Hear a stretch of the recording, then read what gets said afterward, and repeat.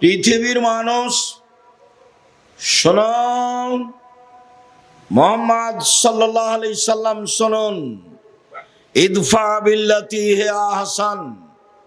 আপনি মানুষের সাথে ভালো আচরণ করুন, যেটা সবচেয়ে ভালো।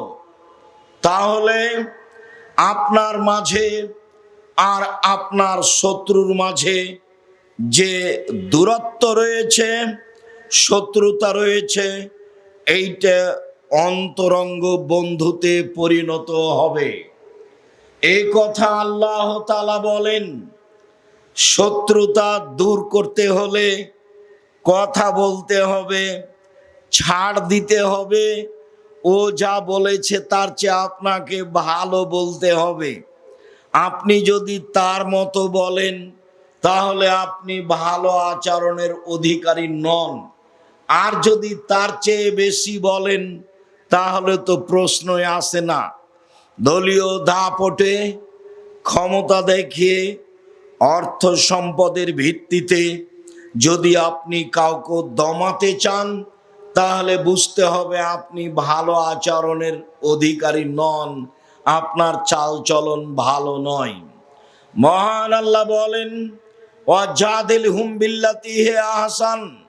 মুহাম্মদ সাল্লাল্লাহু আলাইহি সাল্লাম সমাজে দিন প্রচারের সময়, তর্ক বিতর্কের সময় প্রতিপক্ষ যা বলে আপনি তার চেয়ে উত্তম বলবেন।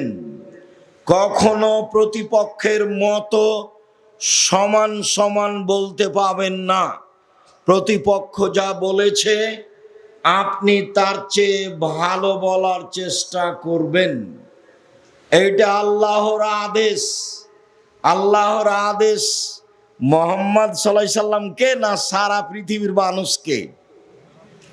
সারা পৃথিবীর মানুষকে, আমাকে আর আপনাকে। হুজুরদের অবস্থা দেখলে আমাকেও অবাক লাগে। আর এই যে ছেলেগুলো ফেসবুক চালায়, এদের যে কি বুদ্ধি দিল! এরা হাতে হাতে বিচার করে নিচ্ছে, জজ কোর্ট আর হাইকোর্ট সব ফেসবুকে দিয়ে দিচ্ছে। দুপুরের আলোচনায় ছিল জুমার খুতবায় বদনাম, গীবত। যারা ফেসবুক ব্যবহার করে তাৎক্ষণিক মানুষকে খাটো করার চেষ্টা করে তাদের পরকাল হারিয়ে গেছে। যত মানুষের নামে এসব ফেসবুকে দিয়েছে সমস্ত মানুষের কাছে ক্ষমা নিতে হবে। ইসলাম ধর্ম তো সহজ নয়। একটা নিয়মের নাম, যা একজনের কথাই চলে, যার নাম মুহাম্মদ সাল্লাল্লাহু আলাইহি সাল্লাম। মুখ খুললে হিসাব করে খুলতে হবে, কলম লিখলে হিসাব করে লিখতে হবে, ফেসবুকে কথা বললে হিসাব করে বলতে হবে। কারো পক্ষ নিয়ে কাউকে খাটো করে সফলতা অর্জন করতে পারবেন না। ভুল হিসাব, এইটা সদাচরণ নয়। মুহাম্মদ সাল্লাল্লাহু আলাইহি সাল্লাম আপনি মানুষের সাথে কথা বলার সময়, তর্ক বিতর্কের সময় ও যা বলেছে আপনি তার চেয়ে উত্তম বলুন, এটা আদেশ। আল্লাহ তাআলা বলেন, আল্লাযীনা ইনফিকুনা ফিস সাররাই ওয়াজ যাররাই ওয়াল কাযিমিনাল গায়জ ওয়াল আফিনা আনিন নাস। জান্নাতি ওরা, ভালো মানুষ ওরা, সদাচরণ তাদের। ভালো মানুষ ওরা, সদাচরণ তাদের। জান্নাতি ওরা যারা সচ্ছল অবস্থায় দান করতে পারে, অসচ্ছল অবস্থায় দান করতে পারে। 2, অল কাযিমিনাল গায়জ, রাগকে দমন করতে পারে, মন খারাপ হলেই প্রতিশোধ নেয় না। 3, অল আফিনা আনিন নাস, মানুষকে মাফ করতে পারে। মাফ করতে শিখুন। বড় ভাইয়ের সাথে গন্ডগোল হয়েছে, বড় ভাইয়ের কারণেই হয়েছে, ক্ষমা আপনি চেয়ে নেন।